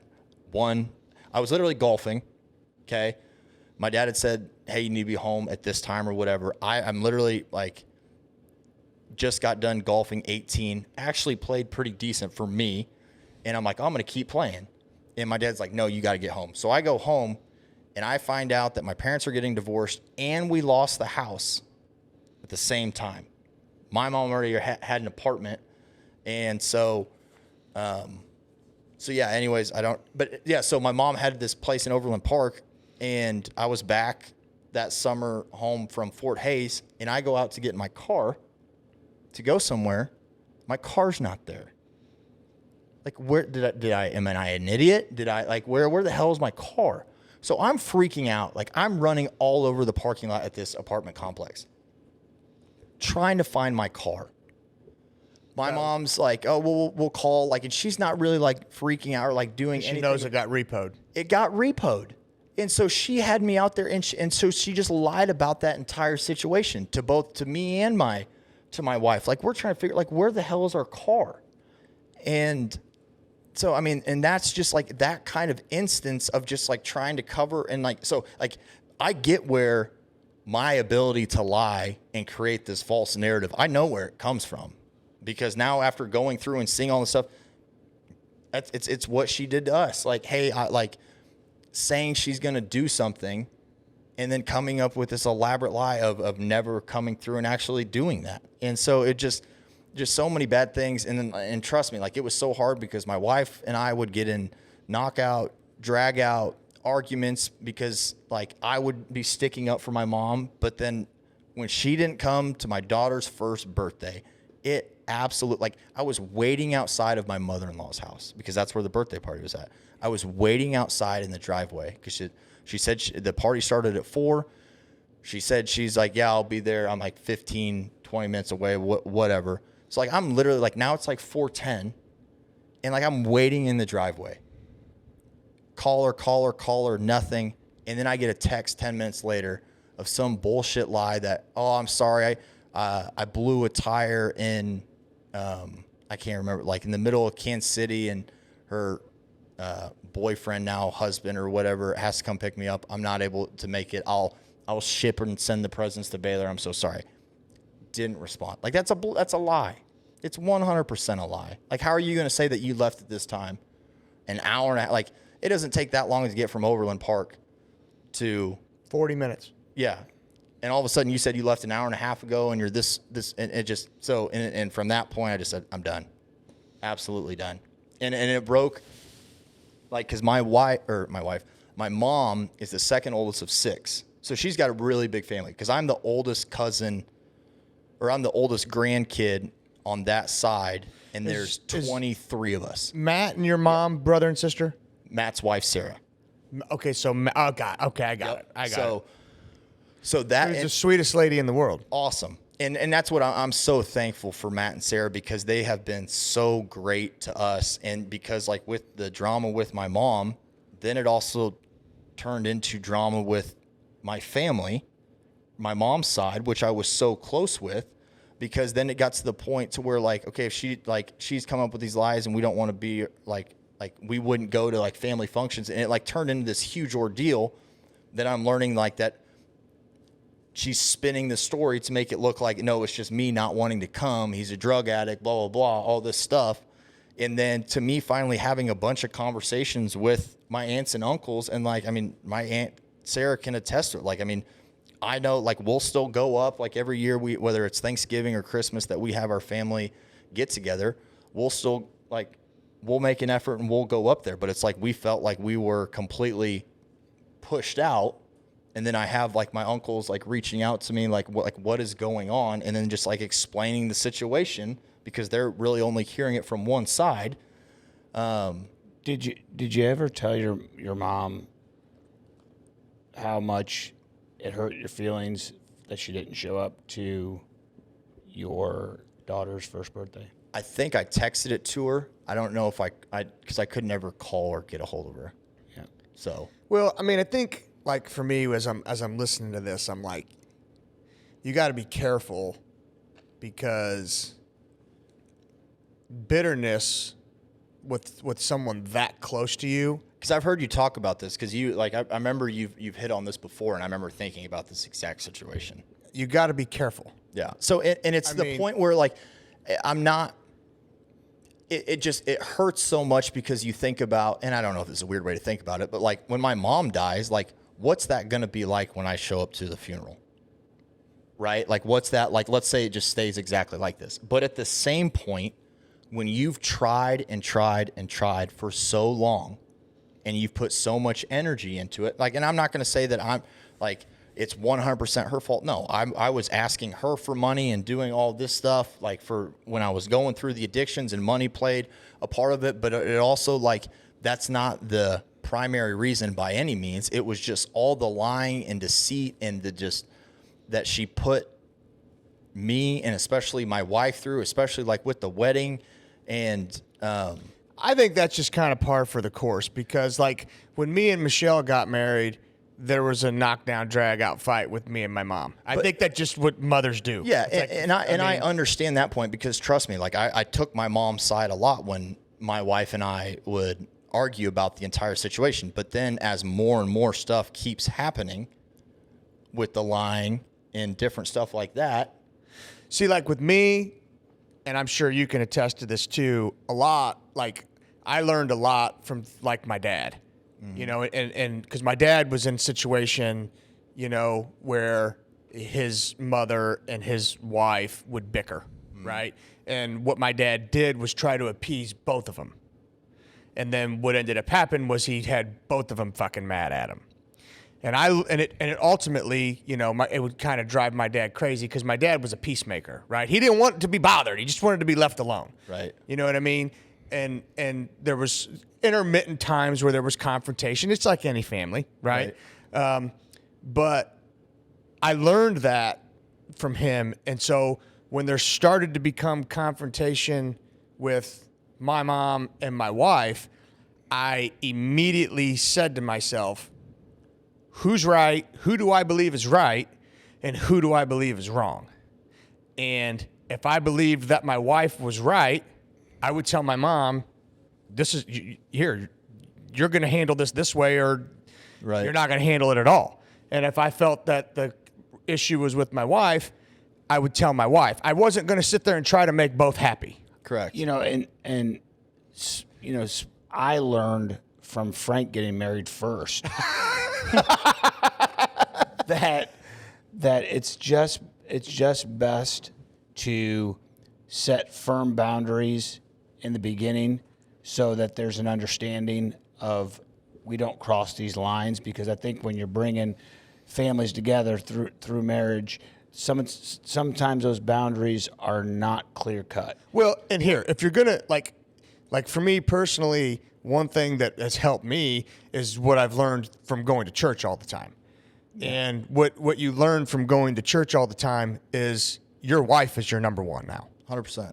Your wife is your number one. Your mom is not your number one anymore. Okay? So, and that's always hard for any mother probably, right? And in defense of the mothers out there, right? You know, that's I don't think any mother deals with that very well.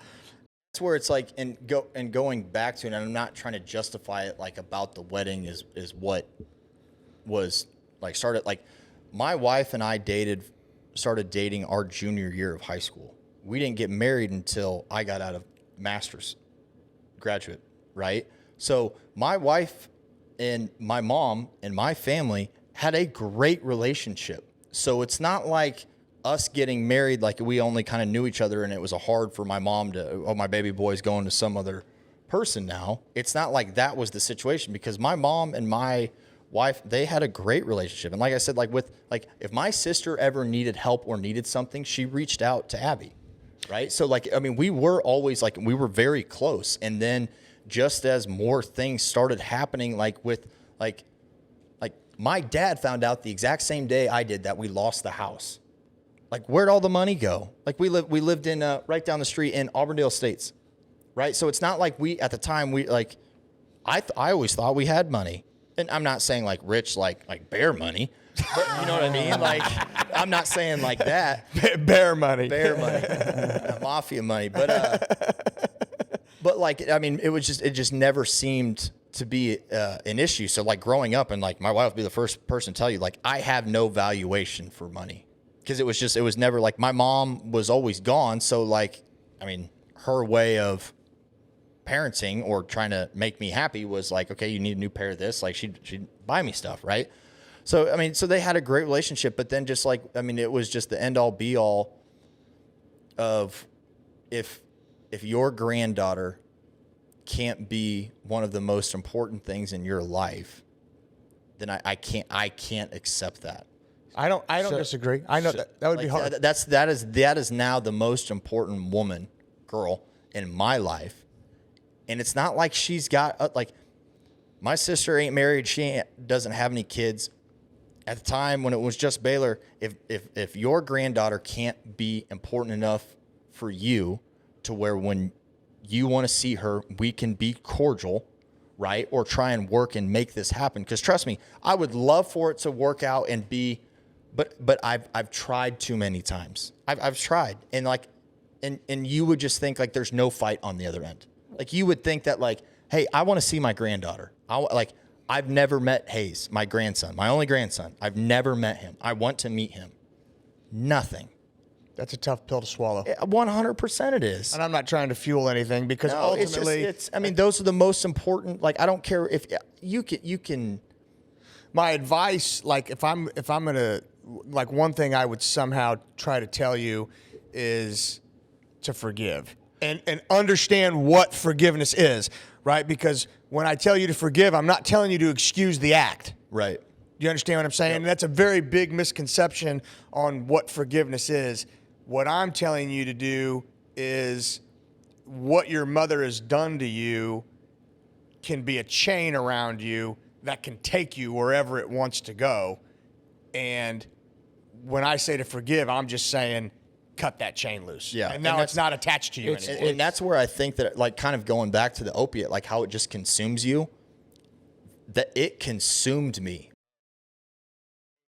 When it comes to forgiveness, you forgive somebody else for you to get the anger out of your heart, because the anger, just like anything, it's a seed and it can grow. Mm-hmm. And I think what I'm thinking is it could affect you and your wife. And it used to. You can't ever allow that to happen. It's now to the point where the rope has been cut, and I'm hopeful that one day it'll change. I really do. I pray, I hope that my mom will be a part of our lives again.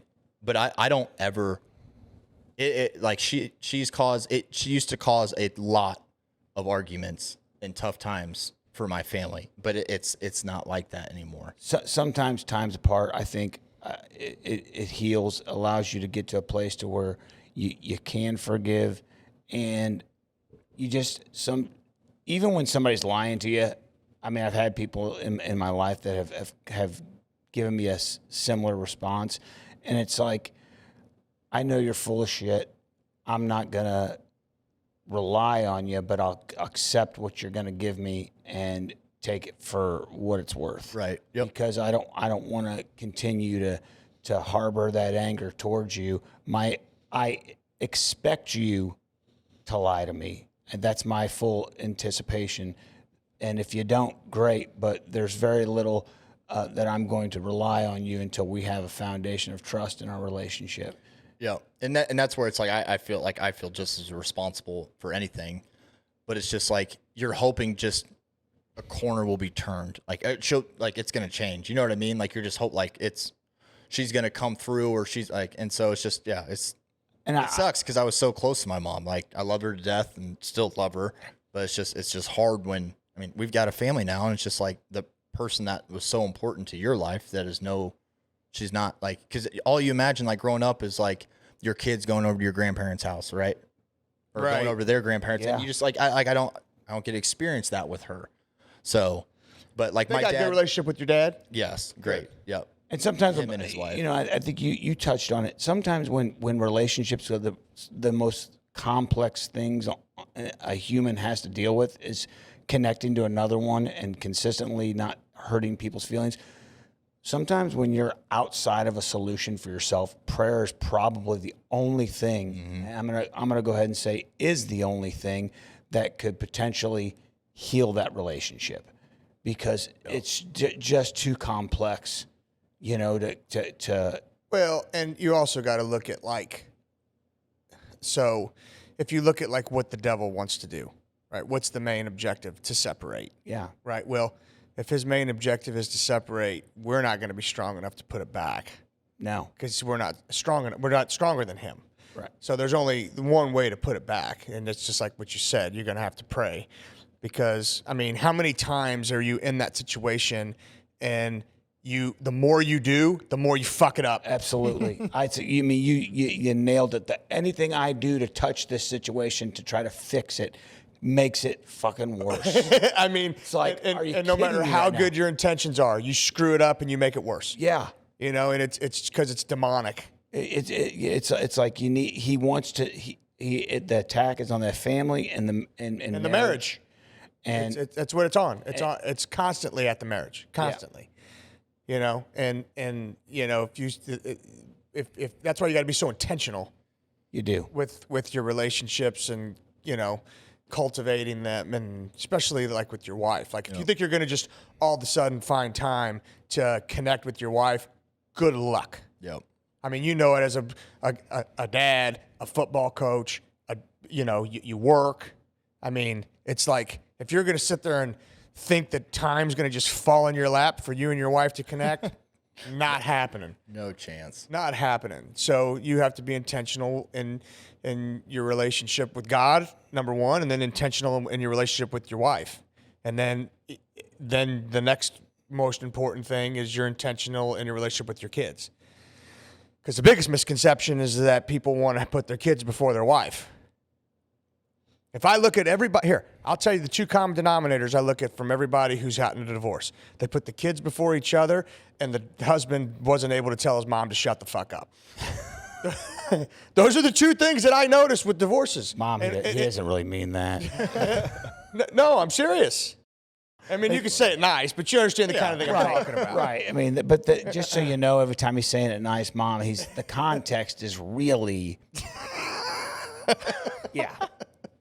So no, but that's what I look at things like that, and I could see it. It's like this is the same thing over and over and over again. And here, something like kids sports, it's like you gotta check that shit. What do you mean? Well, because it's like the kids sports will divide a house bad. They'll divide friendships. They will. It will divide a house, and yes. Kids sports will, when your wife's going here, you're going there, she's got to go here. The next thing you know, you're roommates because you're driving your 8-year-old to a tournament in Minnesota. Yeah. $3,000 for it. Yeah. It's like, hey, guys, you guys are both 5'9". your kid's going to be 5'9", and he's fucking going to go maybe NAIA if you're lucky, and then he's not going to play anymore. Okay, so luck, let's just pull our heads out of our ass and, chill out. So Frankie George, you're going to be taller than 5'9". he's going to be 6'2". Yeah. But You're gonna dominate. even so. Hey, I just said you're going to be 5'9", and hopefully you can go to Benedictine. But, buddy, you're going to be 6'2". Hell yeah. You're going to Mizzou on a full D1 ride. prospect. I mean, we all have limitations. Don't don't receive all that. There is height on my wife's side, thank God. But, I'm tall. Ish. yeah, you're Ish. probably 6 foot, right? Yeah, on a good day. Right shoes, maybe. 6 foot. No? Yeah, nah, maybe. I don't know. My arches are flattening out. I might be getting a little shorter.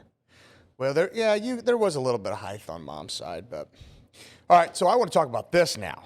Let's get to it. I'm excited. I don't know what's coming. This is. I want to talk about you really like that San Francisco 49ers offense. I do. I like it a lot. Talk to me. I just think with what they're able to do in such a pass-heavy spread league with their 21 personnel, with Kittle and Juszczyk, and I mean, it's all based around the personnel that you've got. But, man, Kyle Shanahan is just he is just a master when it comes to the run game and just being able to – I mean, hell, I'm the biggest Iowa State fan that you'll meet. Love Brock Purdy. Now, obviously, he's in a great situation, but, I mean, the schemes and being able to put players that are not Patrick Mahomes' skill set in the best position possible based on your scheme, I just think it's awesome. Like, I absolutely love it. So I've made this go ahead. You go first. So, would you say that an O coordinator? Because I feel like there's two types of O coordinators. An O coordinator who is going to take his scheme and make it work for his guys, or is going to evaluate the talent and build the scheme around the talent. So that's the two differences I see between San Francisco's offense and the Chiefs' offense. Mm-hmm.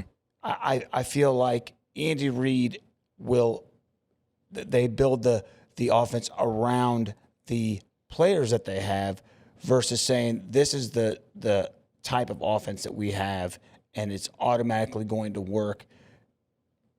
I'm going to make it work. It's like, right. Almost, and here, there are plenty of great offensive coordinators that have done exactly that. They have brought in the best out of their players by making them go into their scheme. But do you feel like it's better to evaluate the talent and build around that, or do you like a scheme first and foremost and then seek to fill those roles? So I think – so Coach Campbell at Iowa State, I liked their philosophy of how they would build their offense. They built it around players, formations, plays. So I think that's two parts. Like with me coming in, like with what we did with Coach Jones and Coach Lou, like we were not a zone team, like at all, right? We were all gap schemes. So that's what I was comfortable with as far as scheme. So I knew that's what we were going to do, right? So I think every offensive coordinator kind of has their own personal scheme that they want to do, right? And so I think you take kind of, hey, this is what we're going to do. But then you see what you have skill-wise, and then you mold it based around your personnel, right? So, our scheme, we're still going to be very similar to what we were last year, but we're also going to change and adapt to the kids that we have. Because I think if you sit here and say, we are strictly only running this scheme no matter who we have. Now, it might be triple option type teams, stuff like that, where it's this is what we do no matter what. Obviously, Harding just won the D2 National Championship, but they've also got some dudes. But I just don't believe in that philosophy of saying this is what we're doing no matter who's at that position, because you might not have a kid, whether it's at the receiver position or running backs or quarterbacks type stuff. You might be a true zone read. This is what we do. We're going to run the quarterback. But if your quarterback's not a kid that can run, it's just not what I believe in. So you made up. You knew we were going to be a gap scheme team. 100%. So what modifications did you make as you started watching film for Pius and evaluating who you had? So the biggest thing as I started watching film is like, are we going to be, because like I wanted to be more, not have to have a tight end on the field at all times. And I learned early on, like with Coach Jones, like he was so comfortable of always having a tight end on the field because he could play chess and play checkmate because there's that extra gap. That's just, and I learned that from him. And I wanted to be able to kind of have a little bit more spread and have more athletes on the field. But I knew we were going to do gap scheme right away. But then as I started watching the personnel, like, okay, here's kind of what I want to do. I want to be able to do 20 and 21 personnel. Who can fit these spots, right? So like right away, Rott stood out to me as based on his body type and how he moved, that he could be the anchor for what we want to do offensively. Because that was my whole thing, is like, if we're going to be gap scheme, we have to have a kid at RF, our fullback, H hybrid, whatever the hell you want to call him. We call him RF, a kid that is that's one of our best football players that can get the job done. Because we're asking you to kick somebody out damn near every single time.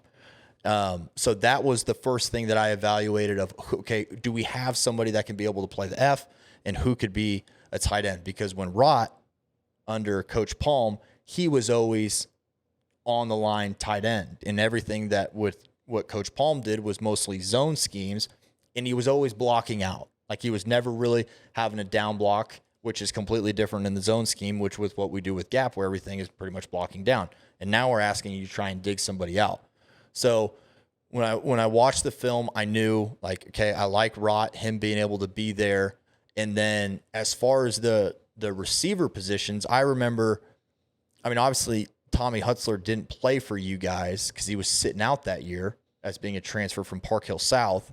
And I didn't really so I had no film on him. I knew Max was going to be a dude that we could count on as like a slot receiver for us. And then Grant obviously played some receiver as well. But then I remember just seeing Tommy in the weight room for the first time and being like, okay, I could just see the potential. Like, this kid can be exactly what we need at wide receiver. And then because all you guys would say is like, oh, like our best ball, like the best kid at catching the football is Tommy. You just there's no film on it because like you guys would play the fleet ball or whatever the hell you guys would call it, razzle dazzle. So looking at that, but then, I mean, outside of that, like there's no film on Hudson. Like I knew Larry was going to fit in perfectly. No film on Charles. Like I knew everyone said he was a good athlete. So it was just kind of like early on, okay, kind of just seeing what you got. Like, because it's just kind of hard to evaluate when there's so many of the pieces that didn't play the year before, if that makes sense. So then, I've made this comment before, and I'm curious what your thoughts are. I think the fullback in today's game is the most diverse athlete on the field. Yeah, for us, for what we ask our fullback, because a true old school Mike Allstott 3-point stance, I'm going straight and I'm just running through this linebacker's face. Not there anymore. It's gone. Yeah, right. You can use a guard for that. You can literally make a guard eligible and use that position for that. Yeah, well, you don't need it. We'll run power and just pull them around, Yeah. and then he's just like a fullback. Yeah, and so with what we do, like that spot, They got to catch. They have to be like they can't be one dimensional, because again, when you're in 21 personnel and you've got that tight end and you're taking athletes and receivers and you're kind of shrinking the field per se by bringing more guys into the box, that if you've got a guy, at least in our scheme, at that spot who's not a threat, it completely eliminates. I mean, it really dictates to the defense's advantage of like, there's no threats right here, like at all. But now, like, you've got to have a guy like Rod is, that's able to, like, on the play action fakes and different stuff like that, because he has to be able to be a threat. Like, he's got to be that for our offense. Like when I met with Simone, like, we have to have a dude at the F spot. He's a dude. He's a dude. So how many you're going to have you got a sophomore quarterback? Yep. Junior now. He'll be a junior. Which I'll say his body mechanics, kid looks great. I think he's going to be a great quarterback. The way he addresses the line and his body mechanics, I think he's going to be a great quarterback. How much freedom do you give him to step up to the line and read the defensive front that's in front of him and have the ability to call an audible or a hot route in any given play? Because you pass it down, and is it just like, okay, you're running this is what I called, or is it, okay, here are your check downs and here's what we're looking for. If you see this, know this is where the vulnerabilities are going to be, and these are going to be your options to audible to. So I never gave him the choice to check out of a play. Okay. Not once. The only thing that we gave him and put in towards the end of the season, which came from the result of the Maryville game the first time when we threw the pick in the end zone to end the game, is we gave him the option on a specific play to when Tommy was one-on-one to choose the route based on what the defense was. So that was the only thing that I put in his hands where he could look out there and choose what route he wants Tommy to run and throw it there. As far as Hudson going up there and looking at the defense and then him personally choosing a play, never asked him to do that. And I don't think I ever really would. Do you think the more seasoned he gets with your scheme, and I mean, obviously, because if you put your brain into his, everybody wants it. Every offensive coordinator wants to duplicate their own brain and put it into their quarterback. If you did that, and he got to that level, would you give him those freedoms?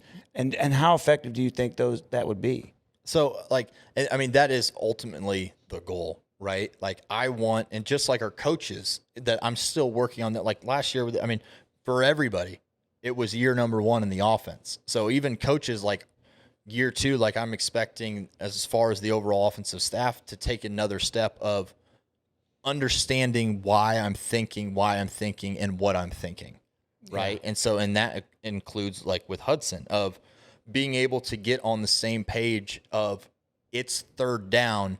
He already knows what I'm going to call before I call it. Yeah. Which I don't think I would say that he, or probably a lot of people on the staff, would be able to say that. You know what I mean? Because obviously Hudson, first-year starter, he was still a puppy as a sophomore, had an incredible year. But we told him pretty much where to throw it. Like, we kept it very, very simple for him. I'm not saying he couldn't handle that, but we felt in order to put him and us in the best position to just keep it very simple for him. So now going into year 2 of taking that next step forward, of not saying we have to become this super complex offense and install all these crazy passing game stuff, not saying that at all, but being able to understand and not just say like, oh, I'm just going to throw a fade to Tommy. People are going to double team Tommy. Absolutely. Right? He's on the radar. Yeah. Like they're going to, like, you have to know. I'd be watching that. And if I'm queuing on I him. think, like, if you were to ask Simone what he would do if you were playing us, I'm not letting Tommy beat us. Yeah. It's just like the best defenses make you play left-handed. Yeah. Right. Yeah. So like Seneca did, and I give them props, and like that's like I'm still sick to my stomach that I didn't come up with a better game plan for that. That's exactly what they did, right? Well, they also out-physical us everywhere. Everywhere. Out-coached us, out-physicaled us. Yes. So props to them. Yes. So that's something like I will never let that happen again. And I talked to their D coordinator because it's my brother-in-law's uncle, and they just did exactly what they do. They knew that they were going to be smash mouth, and they cued on Tommy and Carl. They said, we've got to hit 44 in the mouth on the very first play and continue to do it all game, and do not let. Here, I'm going to tell you something. Number 7 and number 22 for Seneca were the most aggressive kids I think I've ever seen play. Those two guys, they were either going to block you or they were going to fight you. Yeah. I mean, they were physical. They were physical. I mentioned those two numbers to the guy. I mean, they were seniors, so they're not going to be there. But he's like, yeah, those guys were special. I mean, that number 22 was a monster. He was he was a monster. physical. They're very well coached. Yeah, they were well coached, and we weren't ready for it. We just were not ready for it. Good learning opportunity. Yeah, I mean, and ass kickings are good. I mean, it is, and then they end up going and losing. I didn't get to watch the state game, but I'd love to see how they contain those two guys. They got worked. Yeah. Did they really? And that's what makes that loss harder is them. I mean, obviously they could have played a bad game, whatever the hell happened. But like when you play a team and you get waxed the way you do, and then they move on and then they get waxed, you're just like, they just kind of, it burns. You know what I mean? It hurts even How worse. bad did they lose? I thought it was close. It was close early, but they got worked pretty good. Yeah, and the score was a lot further apart than what it actually seemed like. They were handled. Really? Yes. I'd love to see what kind of monsters handled 22. Yeah. I mean, those guys, that kid was big. Yeah. Well, I mean, that team is, and they know this. They were one-dimensional. They were a run-heavy team. They were going to do. Hold on. We knew where they were going. Absolutely. Every play and couldn't stop it. That's very demoralizing. Yes, it is. That's the word. I mean, it was number 7 and 22 took you to the ball every play. And they're bigs. Yeah, I mean, every single play. You knew where they were going, and they were If like, 58 lined up at tackled, he pulled yeah. every time. We knew it. It was just, You couldn't do anything about it. oh God, it was miserable. They out-physicaled you. Yeah. I mean, there was no question about it. So, last question: What are we going to see at Pius this year? Not personnel. I'm not worried about that because I know that's perpetually changing. Yep. You never know how that's going to be. I'm talking about formations, run pass tendencies, philosophy. What do we see? How does it change from 2023 to 2024? What are you thinking? Particularly since we're going to 5A. So honestly, going to 5A, that doesn't play any factor in my mind of what would change for us offensively, if that makes sense. Okay. Whether we're playing 3A, 4A, 5A, 6A, whatever the hell it is, to me that doesn't change or have an impact in my thinking. But as far as us moving forward, like our tendencies and like the Seneca game was a great teacher for me as far as, okay, we need to have answers for these specific types of defenses. And those answers can't be stuff that you put in that week. So there's going to be, whether it's straight man beater comments, concepts that aren't just throwing the fade to Tommy, right? Because when you're if you're going to double team, different stuff like that, like we have to have more answers to where Tommy's not the only guy that we're relying on the outside, and being able to, like, you look at us last year, like I think our breakdown passing game wise for the 2,600 yards we threw for, 50% of those yards were from boot, fade, hitches, and quick screens. So everything's out on the outside, right? Like all of our passing game. So we have to take the next step forward and be able to not just, like, if you were to create a hot zone for us of where to throw the ball, I mean, hell, just line all your guys up on the sideline. At some point, it's going to be thrown over there. You know what I mean? So being able to take that next step forward to being able to say, like, okay, they have high tendencies, right? Which I think is good, because I think, I think Saban said it, like, great teams have great tendencies, right? That means you're good at doing what you do. But we also have to be able to have more checkmate counters off of, okay, we have this, they're shutting down this, boom, we're exactly coming back to this. So especially that with being such a big gap scheme team, you break us down last year, right? The F's going to take you to the ball. Somebody's always pulling, right? So whether it's having not becoming a big zone team, but having some kind of run scheme where somebody's not pulling or it's not going to the F, and being able to run the ball when Rott's not in the backfield, because, like, that's the big thing. Like, I'm super excited about Vinny Ross too. Like, Vinny Ross has to be a bigger asset for us in the passing game, right? And so being able to incorporate more of our guys as far as just scheme is a big thing that will be added to the offense for next year. So would you say the two, from the running standpoint, being able to run without someone pulling and being able to run away from the fullback at certain times to keep the defense on their toes 100%. Yeah. is something that we would want to work on. Yep. And then from a pass game standpoint, not throwing everything to the field or the boundary so much. Yeah, just like not living like on the sideline, if that makes sense. Yeah. And I mean, that's primarily what we did, but like having true, like we didn't have a whole lot of like true like 1 to 2 to 3, like obviously boot, but like boot's simple. I'm a boot, like Hudson would get yelled at. If Rott's open, throw it to him. If he's not, throw your 10-yard out, which and Hudson did a really good job of it. I mean, hell, the first time when we played Maryville and threw for all those yards, like we ran that boot concept. We ran it 13 times. 12 of the 13 was out of different formations. So we ran it 12 different ways. So he has a good job of understanding that, and our kids, props to them of understanding it as well. So now we've just got to be able to take that and move it into being able to do it more from just a drop back setting and just being a little bit more not so vanilla in the passing game, because now Hudson's going to have year 2 being a junior, that being able to let it rip a little bit more. So He's got a great arm. He does, and his mechanic, like, and I got him working. You know who it is, Andrew? Remember Brett Bailey? Yeah, It's Brett Bailey's son. that makes sense. Yeah, because Brett Bailey had a cannon. Cannon. I mean, so he he- did play football, but I mean, he was a baseball player. Big But arm though. Just, yeah, oh my God, Yeah. yeah, for sure.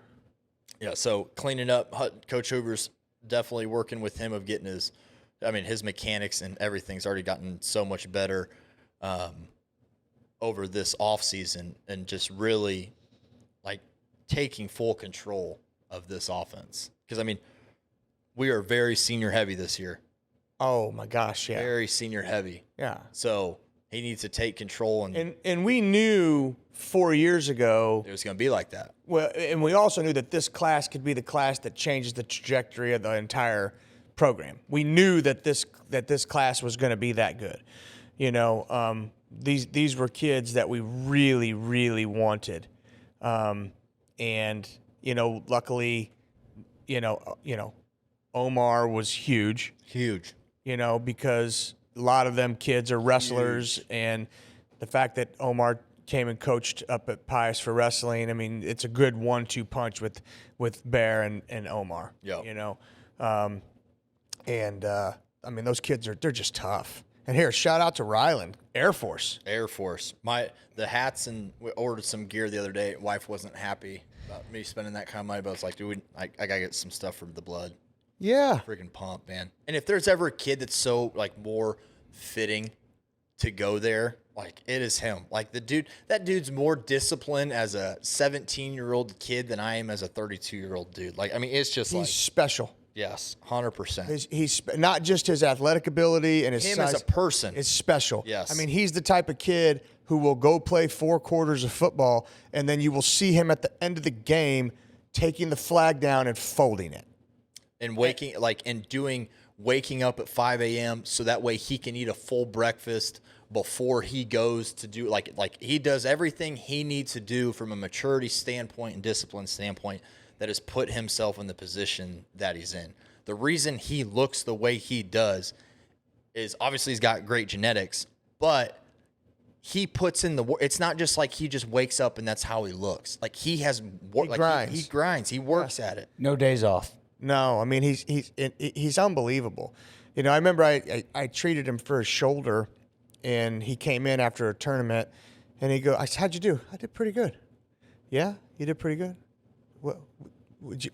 "I won. I took first." "Okay, well, how about we start there?" Yeah. You know, I mean, but for him, it's just like, okay, it's just what I do. Yeah. You know, and he's the most humble kid. You'll see him in the locker room mopping the floors.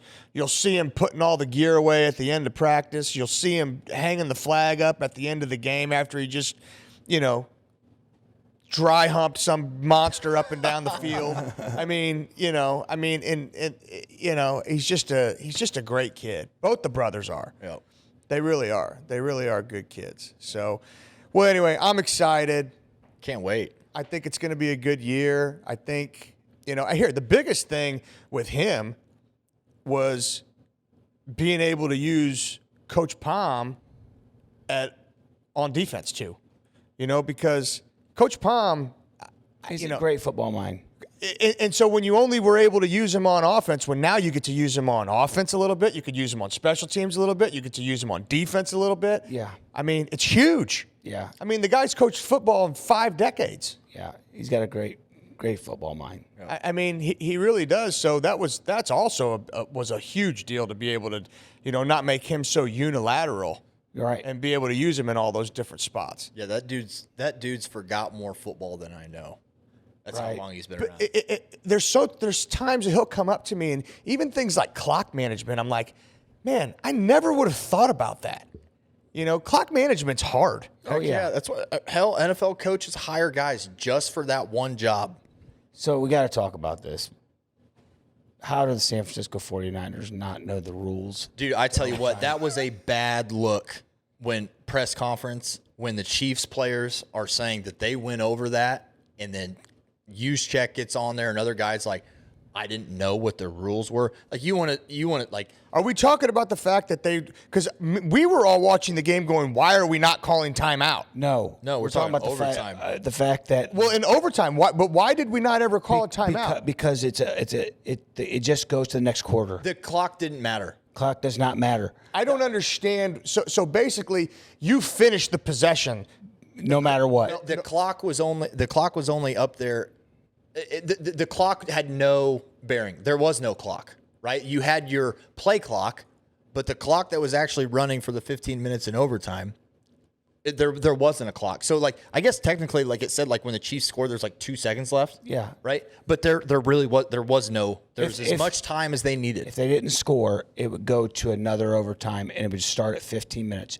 You get 3 timeouts, and that's why the referee said, all right, guys, this is a new game because it's 0-0.